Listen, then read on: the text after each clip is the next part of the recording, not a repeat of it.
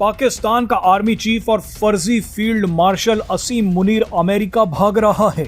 America ने असीम मुनीर को आनन फानन में बुलाया है, लेकिन इस बार असीम मुनीर की अमेरिकी यात्रा बहुत दर्दनाक होने वाली है।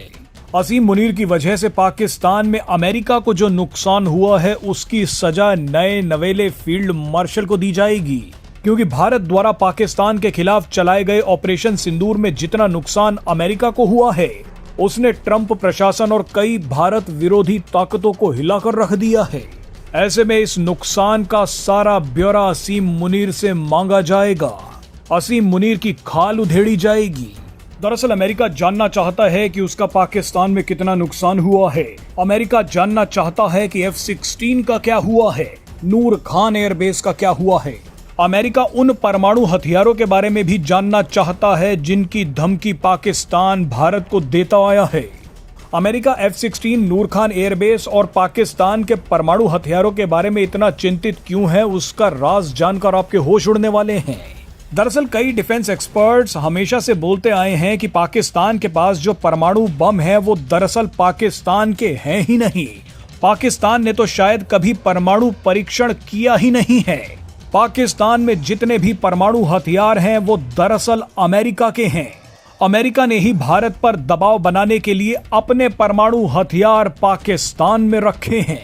वरना आप ही सोचिए कि जिस पाकिस्तान ने अपने बलबूते पर ढंग से एक मोटरसाइकिल तक नहीं बनाई, वो परमाणु बम कैसे बना सकता है।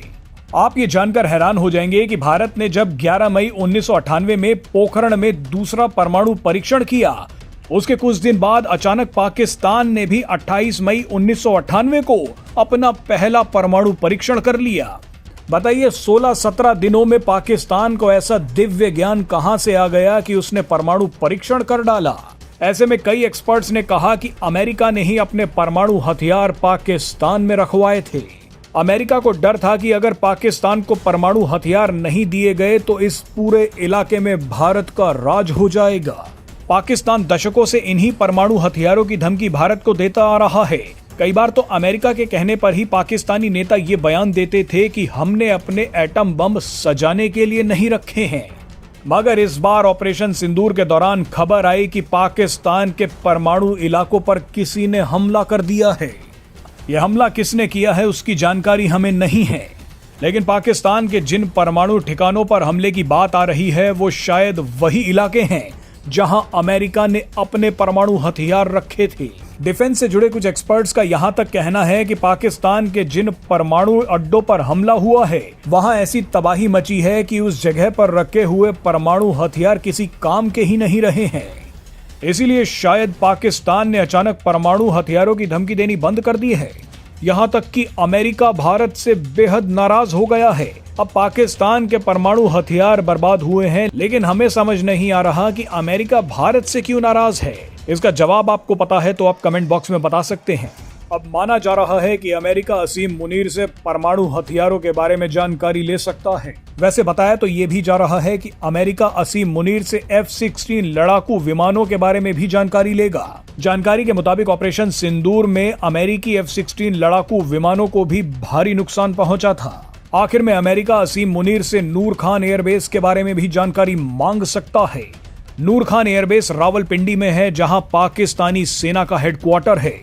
पाकिस्तान के एक सिक्योरिटी एक्सपर्ट उमर गुल ने यहां तक दावा किया है कि नूर खान एयरबेस को असल में अमेरिका चला रहा था। अमेरिकी विमान नूर खान एयरबेस पर आते जाते रहे हैं। अमेरिकी सेना नूर खान एयरबेस पर अपने विमानों में सीक्रेट सामान लाती और ले जाती रही है। एक बार तो पाकिस्तानी अधिकारी ने अमेरिकी सेना से नूर खान एयरबेस पर पूछ लिया कि सामान में क्या रखा है। इसके जवाब में अमेरिकी कमांडो ने पाकिस्तानी अधिकारी के सिर पर बंदूक लगा दी। अमेरिकी सैनिक ने पाकिस्तानी अधिकारी से कहा कि ये एयरबेस हमारा है, तुम्हें हमसे सवाल करने की इजाजत नहीं है। ये सारे दावे पाकिस्तान के एक्सपर्ट उमर गुल ने किए हैं।